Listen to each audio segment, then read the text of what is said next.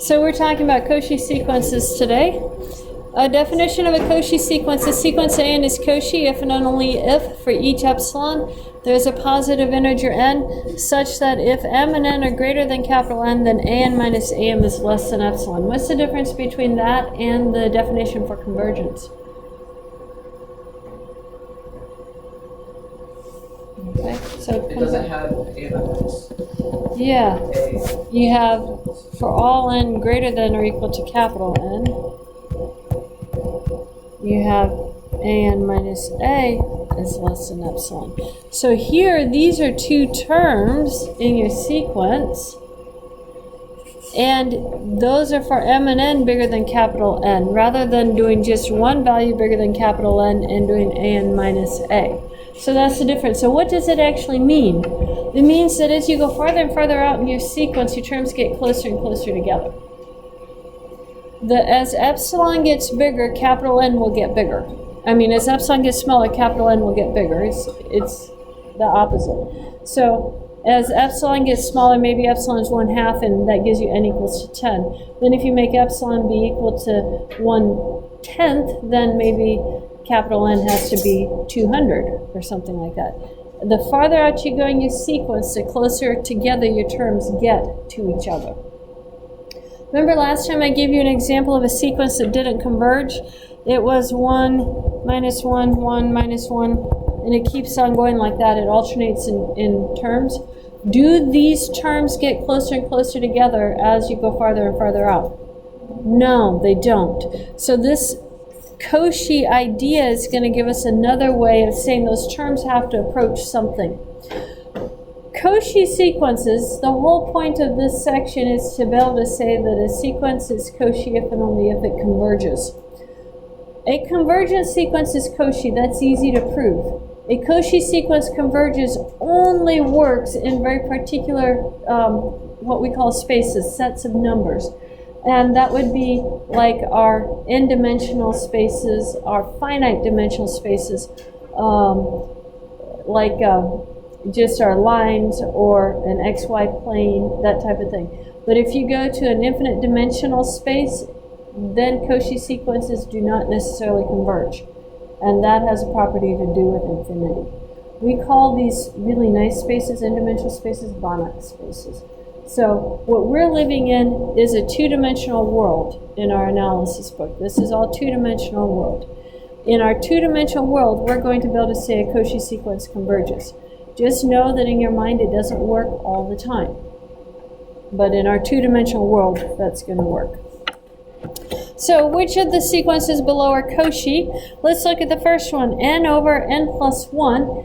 Remember, the terms have to get closer and closer together. So let's write a few of these terms out. When n is 1, what do we get?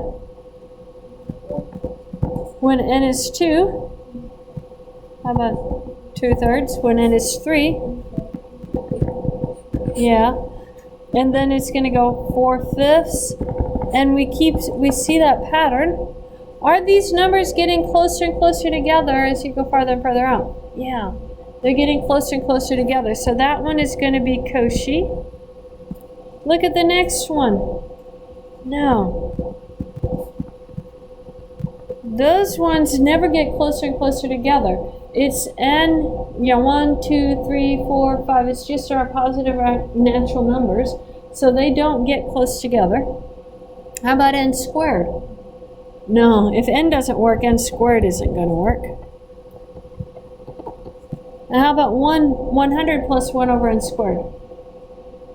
Yeah, this one is going to be Cauchy because the terms are getting close to 100.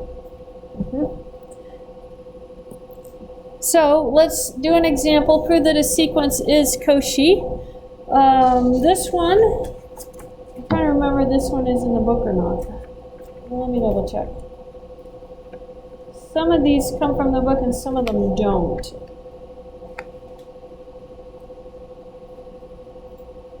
No, this one is not in the book. So I'm going to write this one up so that our missing people will see it.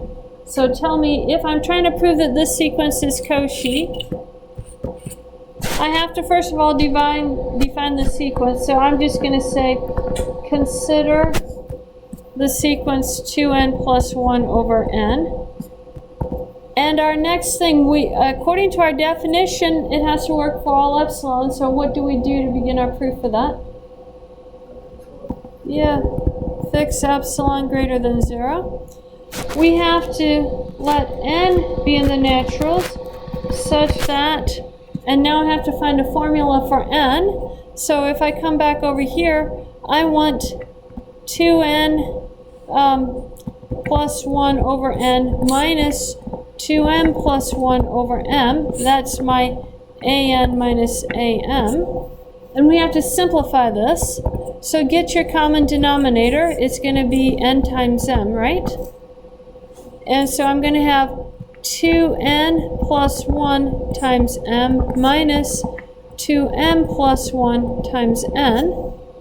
Distribute that across. I have 2nm plus 2m minus 2mn minus 2n all over m times n. What cancels? The 2nm and the minus 2nm.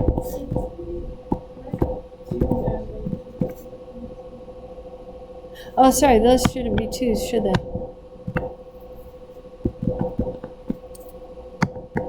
There we go. And so we should have m minus n over mn. I would like to turn all those m's and n's into capitals. So what I'm actually going to do is divide this through. And on the first one I get a 1 over n, and on the second one I'll have a 1 over m, right? Now these are all in absolute values still. So I'm going to say less than or equal to 1 over n plus 1 over m. Are we good so far? Now I can turn each of these into a 1 over capital N, which gives me a 2 over capital N, does it not? Are we good? I see 2 people say yes. Okay. Do we all understand where I got my capital N's from? Question. You said we should prove this by proving that the series converges? Sequence. But I have to show Cauchy yet. I have to, if I'm asking you to prove Cauchy, you have to use the definition. Yeah. So on the homework, it's going to expect the use of the definition. I believe it's going to say use the definition of Cauchy to show that. Yeah.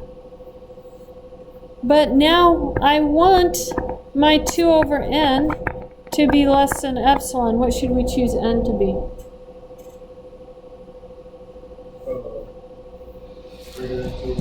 Yeah. So let n be greater than 2 over epsilon. Then for all n greater than for all n and m greater than or equal to capital N, we have to do our absolute value.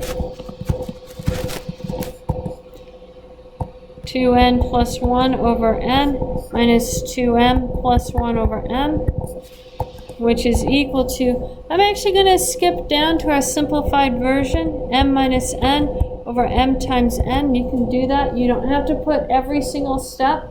Include enough to convince me that you did the arithmetic.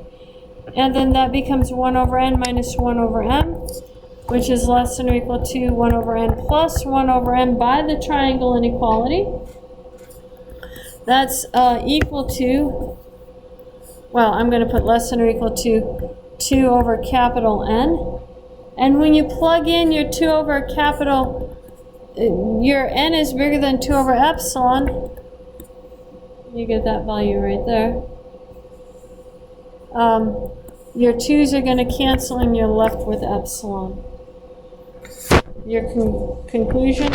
Thus, the sequence 2n plus 1 over n is Cauchy.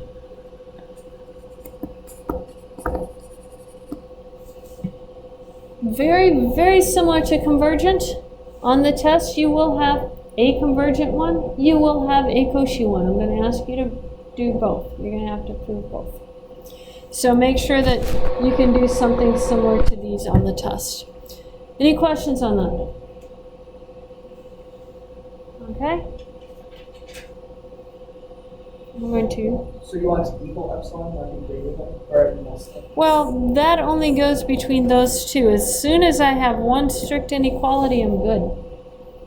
Because combining that says right here from the top and this together, an minus am, I can choose any of the inequalities, so I choose the strict one. It's less than epsilon. So that's what it's telling me. Any other questions on that? Yeah.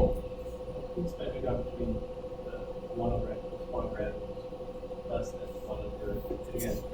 Right here, I know that n is bigger than capital N and m is bigger than capital N. So you put the smaller value in to make your fraction bigger. That's where we got it from.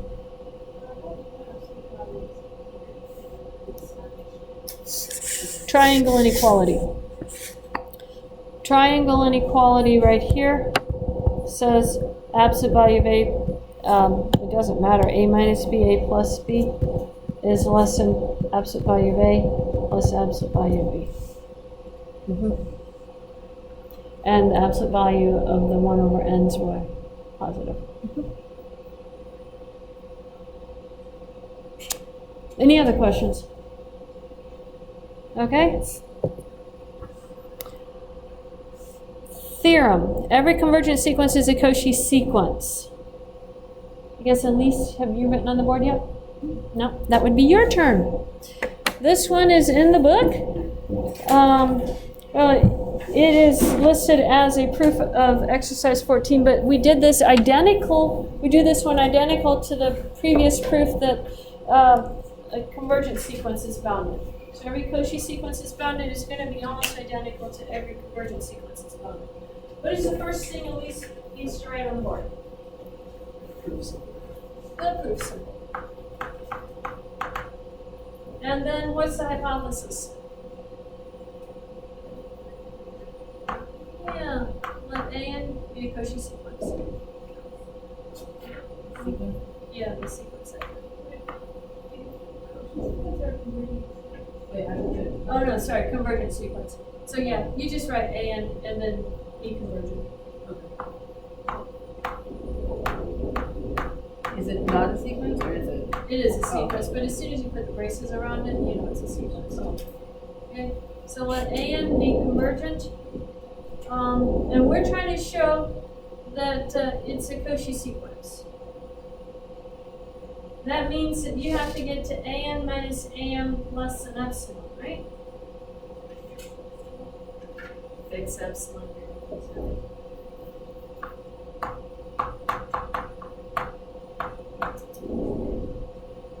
Since an converges to, we'll say, capital A.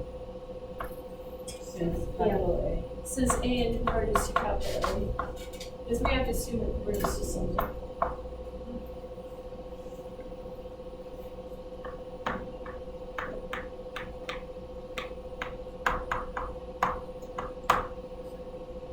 So in our proof, should we say let A and B convergent at A to A? Where Or is that another sentence since and converges to A? that's the beginning of another sentence. We're not done with it. Now, if you go back to the section in the book in section 1.1 where we proved that every convergent sequence is bounded. Sorry, I'm getting ahead of myself now. On this one, prove that every convergent sequence is Cauchy. We have to show that an minus a is less than epsilon. An minus am is less than epsilon. Let me put down where we're headed so you guys can see this.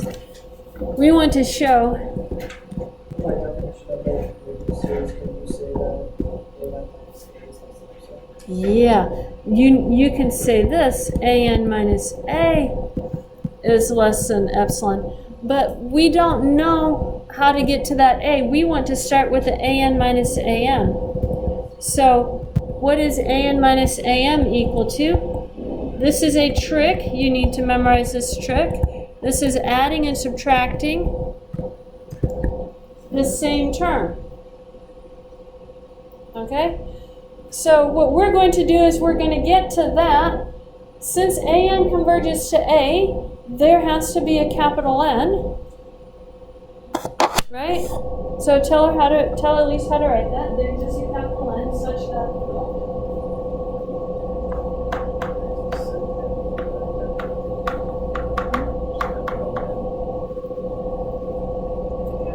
Capital N. Put element and then naturals first. Capital N, element symbol, and face down. Yeah, and then such that what guys? A little n.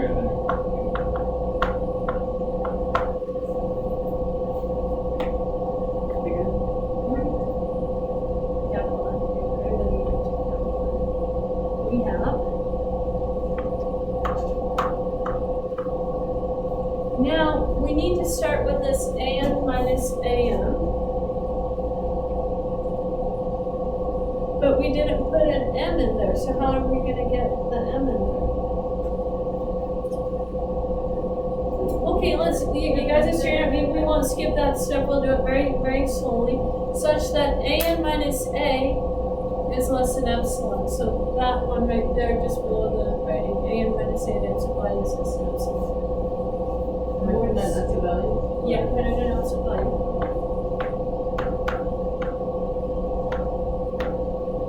Okay. Now, we're going to use our triangle inequality. So we need another sentence. How are we going to get to our, leave some space, Elise, and let's start working on our triangle inequality. So let's put this down. Leave a little bit of space and then let's right there. So right there. You just need to put one sentence above it and then Oh. the an minus am. We have to figure out what that's going to be. In the center? Yeah. Do you have to define a sub? Yeah, we're going to, and that's what's going to be one sentence above. But when I tried to ask that leading question earlier, so just make it. We can't divide it, we just have to say it. Okay, so Elise has the minus a and the plus a added and subtracted in there. Apply your triangle inequality. Keep the first two terms together and the last two terms together, and what do you get? Less than or equal to the absolute value of the first term plus the absolute value. Yep. So tell them is that right? Less than or equal to absolute value. A minus a lowest the value plus the absolute value.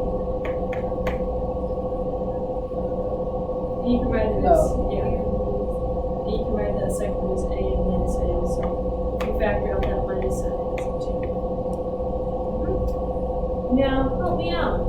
What did we say an minus a was less than? Epsilon. So let's put less than epsilon down on our next line. Yeah, but we would like that to be an epsilon. Is there a way we can make that into an epsilon? Dalton had the idea of that. This is what you were talking about earlier. Oh, define Well, AMM is just plugging in M.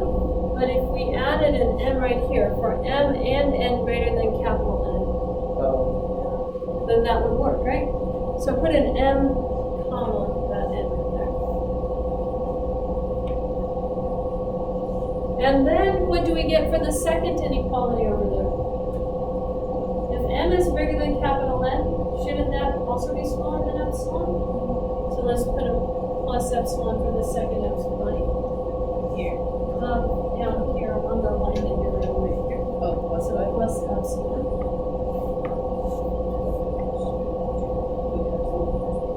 Yeah. Now what does that equal to? 2 epsilon, but we really want that to be equal to epsilon. That's exactly right. So here's what Michelle says.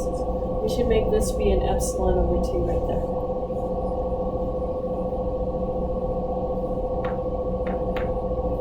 And then these become epsilon over 2 and epsilon over 2. And then what does that all equal to? Epsilon. So you just put this epsilon. And then you have shown that your an minus am is less than epsilon. What does that tell you? What's our Yeah, therefore, an is Cauchy, or thus, you know, however you want to write it. An is a Cauchy sequence. Every convergent sequence is a Cauchy.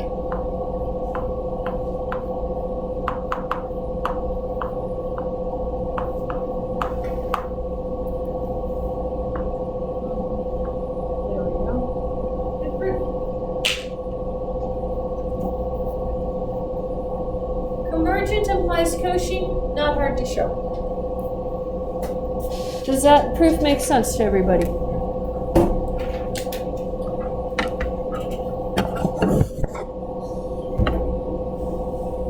a picture of it? We don't have to write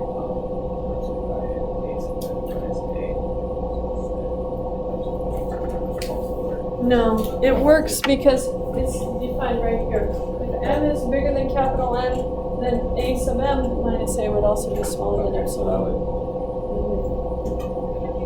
But, I mean, we could include it if you want. It's not wrong.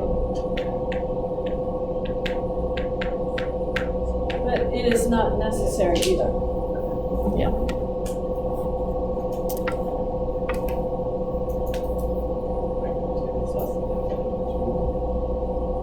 Because we can choose whatever function smaller than epsilon we want. Yeah. We just need our work to come out equal to epsilon in the long run. Any other questions on that?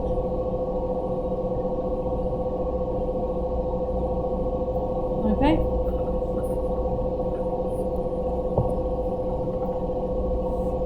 Every Cauchy sequence is bounded. Every Cauchy sequence is bounded is not done in the book, so I'm actually going to show this one to you guys for our people that are sick. So, how do we show something is bounded again?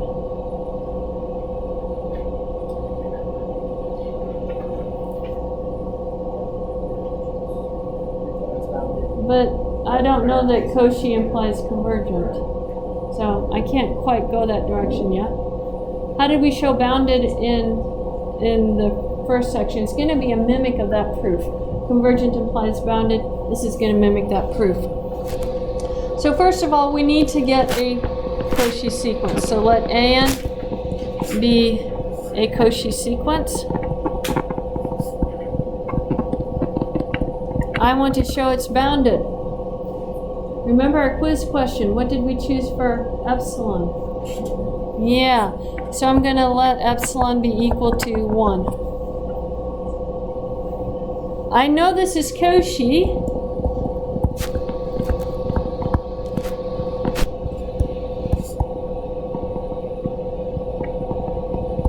So that says there exists an n in the naturals such that for all n and m greater than capital N, we have an minus am is less than epsilon, while our epsilon is 1.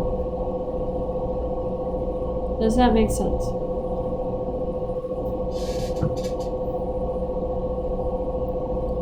In particular, I'm going to plug in capital N for the m, and that's going to be an minus a capital N is less than 1. And this is where I'm going to get my nice little bounding. By algebra, or by definition of absolute values,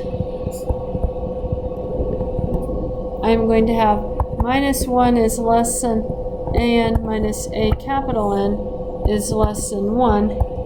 Implies that a capital N minus 1 is less than an is less than a capital N plus 1. These are particular values for my a capital N's. Those are particular values. So all I have to do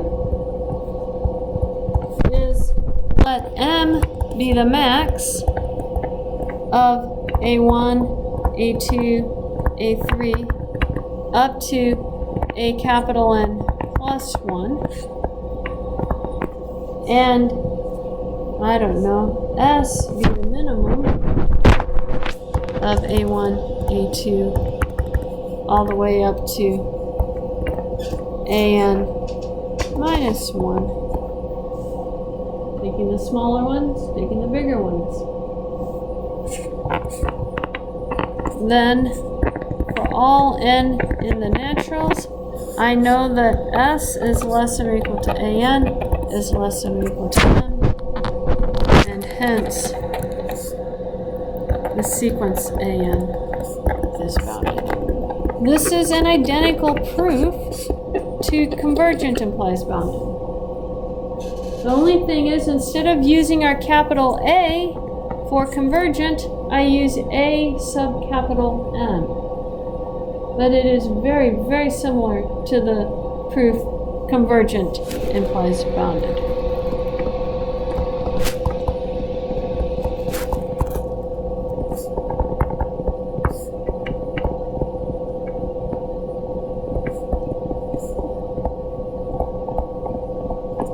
Study that until you can see the similarities in the two proofs, because that's telling you the technique behind the proof, and you're not getting lost in the forest. You're actually seeing the forest from the trees. You're not getting lost. So make sure you can see the similarities in that. Any questions on that one? Okay. Before we get to our Bolzano-Weierstrass theorem, which any theorem that has a name you can pretty much bet you're going to have on a quiz, so I would memorize that one. Named after two very famous mathematicians, Bolzano and Weierstrass. Before we get to that theorem, we need to be able to talk about what an accumulation point is. So we have a definition: let S be a set of real numbers. A real number A is an accumulation point of S if and only if every neighborhood of A contains infinitely many points of S different from A. I add the different from A in there. It's understood in the definition, but we make sure that it's in there. I want us to remember that it's there. So let's look at some examples. Find an accumulation point, if any, for each set listed below. What would be an accumulation point for the set 1, 1/2, 1/3, 1/4, 1/5? You have to find a point that contains infinitely many numbers, a neighborhood that will contain infinitely many numbers. It's not going to be 1, because if you make your epsilon neighborhood have epsilon equal to 1/3, then you don't even get any points in your sequence. So it has to be something that has most of your points close to it, as in a limit point. So what would be a limit point for this? What's the limit of your sequence 1, 1/2, 1/3? 0. So an accumulation point would be 0 for that first one. No matter what interval you choose, minus 1 over n to 1 over n, you're going to have an infinite number of terms in there.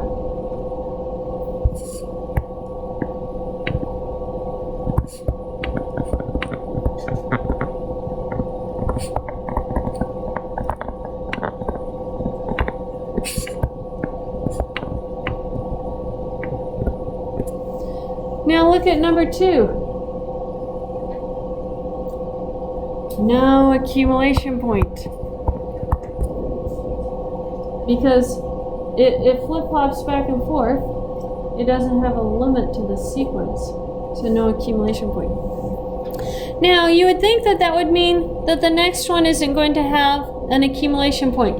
Notice I have 2, I have 3/2, 4/3, 5/4. So that's converging down to 1. So 1 would be an accumulation point. But I also then have these negative ones, and the negative ones are converging up to -1.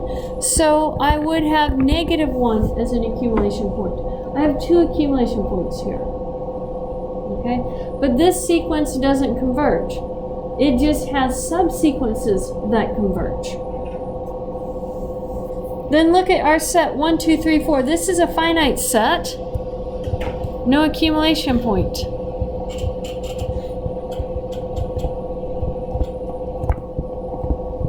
Finite sets can't have accumulation points because there's no number in here. You can take any number in here and take a really small interval around it. It doesn't contain any of the other numbers in your set, let alone an infinite number of the other numbers in your set. If there's not an infinite number of numbers, distinct numbers, it can't have an accumulation point. How about number 5? 1, 2, 3, 4, all are positive integers. No accumulation point because it doesn't have a limit.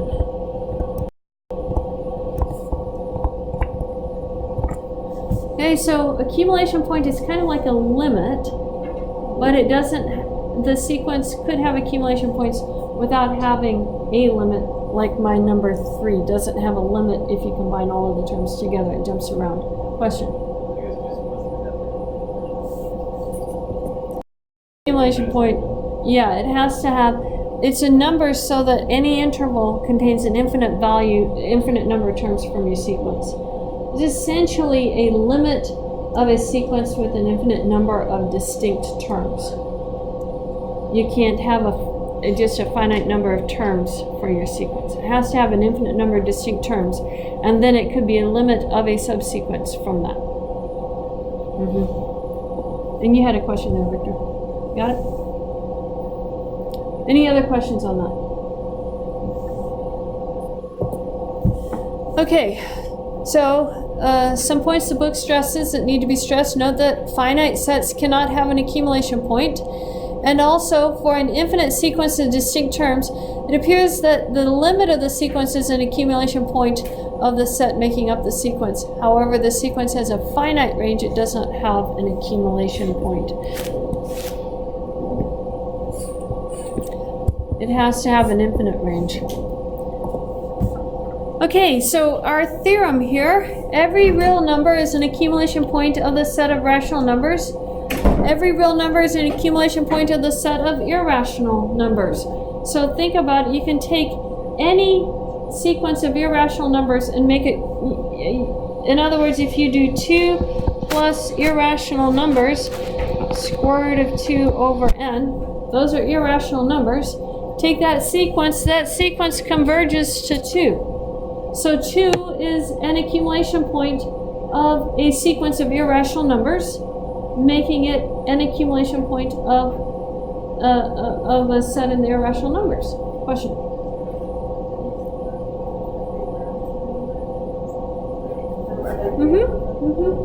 So it can be every real number. Remember, real numbers are made up of rational or irrational numbers. Well, it seems Not like it would make imaginary. sense, 'cause like, it's just every irrational number has rational numbers on the outside of it. So Yes. if you took that small range, Just truncate your irrational number. So if you have your irrational number, say as pi, 3.14159, it keeps on going. So you have all of pi. If you truncate it to 10 decimal places, that's a rational number. If you truncate it to 15 decimal places, you have another rational number closer to it than the previous one. And by truncating it, you get down your sequence of rational numbers converging to an irrational number. so there's still irrational numbers. Really, an infinite amount of irrational numbers close to your irrational numbers. And an infinite number of irrational numbers close to a rational number. It works all the way around. You can make a sequence of irrational numbers converging to a rational number and vice versa. And you can make any sequence converging to any real number. You can construct a sequence which converges to it. So, quite honestly, every real number is an accumulation point of the real numbers. Does that make sense? Yeah. But the reason the imaginary doesn't work is because it's plus I, and we don't have any plus I in the real numbers. Yeah, you could do the same type of idea in the imaginary numbers. Yeah.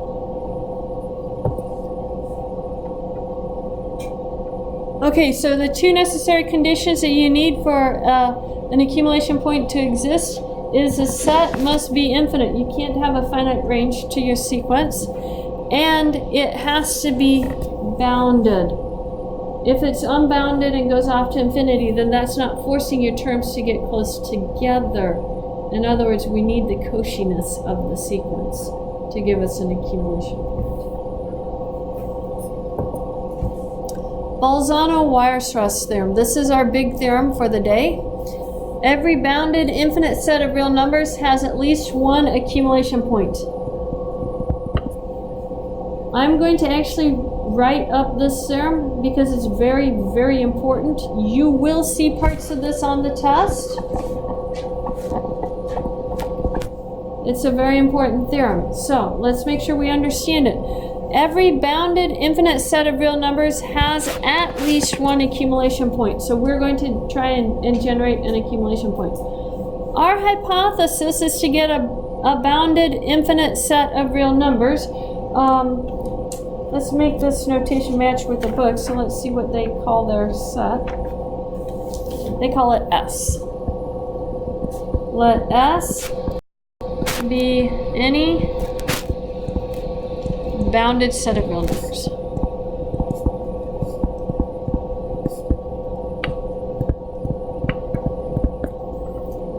Okay.